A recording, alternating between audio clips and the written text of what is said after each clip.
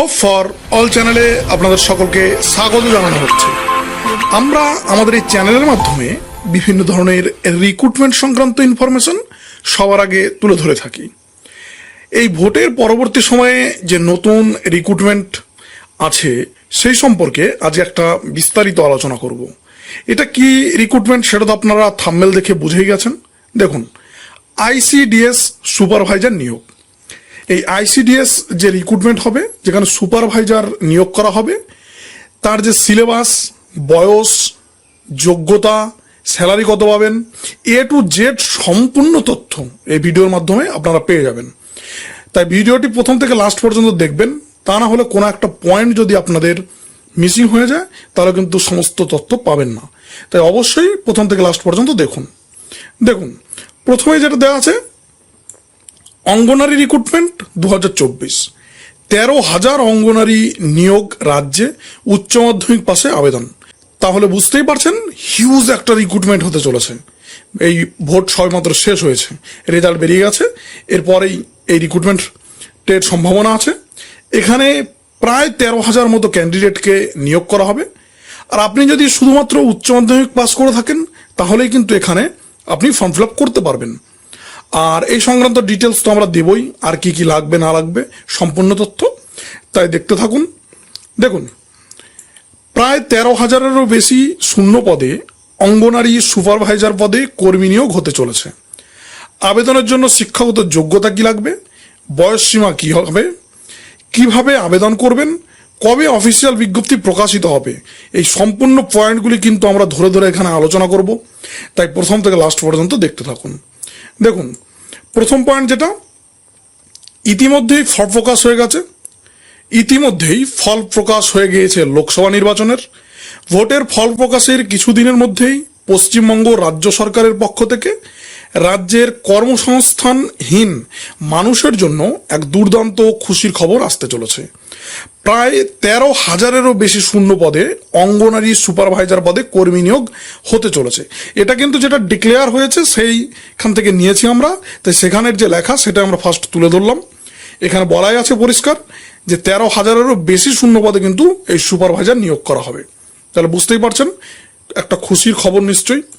এবার দেখুন, এই সময় রাজ্যের যে সমস্ত বেকার যুবকরা আছেন তাদের জন্য তো একটা খুব ভালো খবরই এটা। আর সারা রাজ্যে এখানে মোটামুটি বলে দেওয়া হয়েছে, দেখুন 13,225টি শূন্য পদে এই নিয়োগ হবে। আমরা আগেই বলেছিলাম 13,000-এর কিছু বেশি নিয়োগ হবে। পশ্চিমবঙ্গ রাজ্য সরকারের পক্ষ থেকে অঙ্গনারী আইসিডিএস সুপারভাইজার পদের জন্যই এই বিজ্ঞপ্তি প্রকাশ করা হবে বলে খবর পাওয়া গেছে। তাহলে বুঝতেই পারছেন। এবার দেখুন, আবেদনের শিক্ষাগত যোগ্যতা, যে পয়েন্টগুলি বলেছিলাম সেই পয়েন্টগুলি ধরে ধরে এখন দেখাবো। দেখুন, শিক্ষাগত যোগ্যতা কি লাগবে। অঙ্গনারী সুপারভাইজার পদে আবেদনের জন্য চাকরি প্রার্থীদের উচ্চ মাধ্যমিক পাস করে থাকতে হবে। তাহলে বুঝতে পারছেন, আপনি যদি উচ্চ মাধ্যমিক পাস করে থাকেন তাহলেই কিন্তু এখানে আপনি ফর্ম ফিল আপ করতে পারছেন, আর কিছু কিন্তু প্রয়োজন হবে না। এবার দেখুন, বয়স কত লাগবে, আপনার কত বয়স পর্যন্ত আপনি জমা দিতে পারবেন। দেখুন, আবেদনের চাকরি প্রার্থীদের জন্য অবশ্যই বয়স হতে হবে আপনাদের 18 বছর থেকে 42 বছরের মধ্যে। 18 বছর থেকে 42 বছরের মধ্যে। এই 18 থেকে 42 বছর বয়সের মধ্যে যদি আপনি হয়ে থাকেন তাহলে অবশ্যই আপনি কিন্তু এখানে ফর্ম ফিল আপ করতে পারবেন। আর সংরক্ষিত যে সমস্ত প্রার্থীরা আছেন, অর্থাৎ ওবিসি, এসসি, এসটি ক্যান্ডিডেট, তাদের গভর্নমেন্ট রুল অনুসারে যে ছাড় দেওয়ার কথা সেটা কিন্তু আপনারা পেয়ে যাবেন। অর্থাৎ ওবিসি ক্যান্ডিডেটদের 3 বছর, এসসি এসটি ক্যান্ডিডেটদের 5 বছরের যে ছাড় সেটা কিন্তু আপনারা এক্সট্রা পেয়ে যাচ্ছেন এর সাথে। এরপর দেখুন, অফিসিয়াল বিজ্ঞপ্তি কবে প্রকাশিত হবে, এটা কিন্তু একটা ভাইটাল পয়েন্ট। তাই এটা আপনারা ভালোভাবে দেখে রাখুন, কারণ অফিসিয়াল বিজ্ঞপ্তি কিন্তু এখনো বের হয়নি। শুধু যে ইনফরমেশন বেরিয়েছে সেই ইনফরমেশন আমরা তুলে ধরছি। আর অফিসিয়াল বিজ্ঞপ্তি বেরোলে তো আমরা সবার আগে আমাদের চ্যানেলে দিয়ে দেবো। তাই অবশ্যই চ্যানেলটিকে সাবস্ক্রাইব করে রাখুন, অল বেল নোটিফিকেশন অন করে রাখুন, তাহলে কিন্তু আমাদের চ্যানেলের মাধ্যমে দেওয়ার সঙ্গে সঙ্গে আপনারা সেটা পেয়ে যাবেন। দেখুন, 2024 সালের লোকসভা নির্বাচন এবং তার প্রকাশ হয়ে গেছে ফল। এই জন্য সমস্ত পরিষেবা এতদিন মোটামুটিভাবে বন্ধ ছিল বা কাজ ঢিলে ছিল একদমই।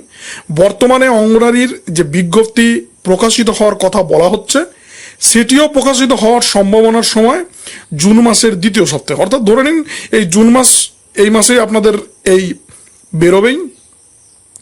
কারণ এই বিজ্ঞপ্তি অনেকদিন ধরে বেরোবে করছে। এখন মোটামুটি বোঝা যাচ্ছে যে ভোটের কারণে আটকে ছিল, আর ধীরে ধীরে অন্যান্য যে সমস্ত রিক্রুটমেন্ট আছে সেগুলোও বেরোবে। আর সমস্ত রিক্রুটমেন্টের খবর তো আমরা আমাদের চ্যানেলের মাধ্যমে দিয়ে দেবই। লোকসভা নির্বাচনের ফলাফল প্রকাশ হওয়া এবং তারপর বিজয়ী পার্টি লোকসভা গঠন করার পরেই এই বিজ্ঞপ্তি প্রকাশিত হবে বলে আশা করা হচ্ছে।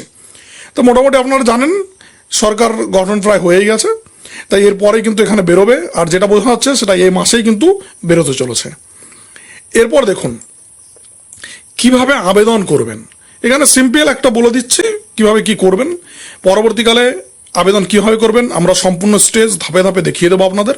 আপনারা বাড়িতে বসেই সেই ফর্মটি কিন্তু ফিল আপ করতে পারবেন। তাই একবার দেখে নিন, এখানে মোটামুটিভাবে বলে দিচ্ছে এখনকার মতো। সম্পূর্ণ অনলাইনের মাধ্যমে আপনাদের কিন্তু এই ফর্ম ফিল আপ করতে হবে। আর বিজ্ঞপ্তি বেরোলে এখানে লিঙ্ক পেয়ে যাবেন, লিঙ্কে ক্লিক করবেন। লিঙ্কে ক্লিক করে কিন্তু আপনি এই আবেদন জানাতে পারবেন। আর লিঙ্কে ক্লিক করার পরেই ফর্ম বেরোবে, সেই ফর্মে আপনি রেজিস্ট্রেশন করবেন, ফর্ম যথাযথ ফিল আপ করবেন, আপনার সিগনেচার ফটোকপি এগুলি আপলোড করবেন। এই সম্পূর্ণ তথ্য দিয়ে ভালোভাবে ফর্মটি ফিল আপ করে সাবমিট করলেই কিন্তু আপনার ফর্ম ফিল আপ কমপ্লিট হবে। কমপ্লিট হলে প্রিন্ট আউট তো বের করে নেবেন, ওটা পরবর্তীকালে আপনাদের বিভিন্ন কাজে লাগতে পারে। আর এই বিষয়ে আরও বিজ্ঞপ্তি বেরোলে আমরা অবশ্যই সম্পূর্ণ ডিটেলস নিয়ে আপনাদের সামনে হাজির হব। তা অবশ্যই এই ইনফরমেশন যদি ভালো লেগে থাকে আপনারা আমাদের চ্যানেলটিকে সাবস্ক্রাইব করুন, ভিডিওগুলিকে লাইক করুন এবং শেয়ার করুন। Thank you.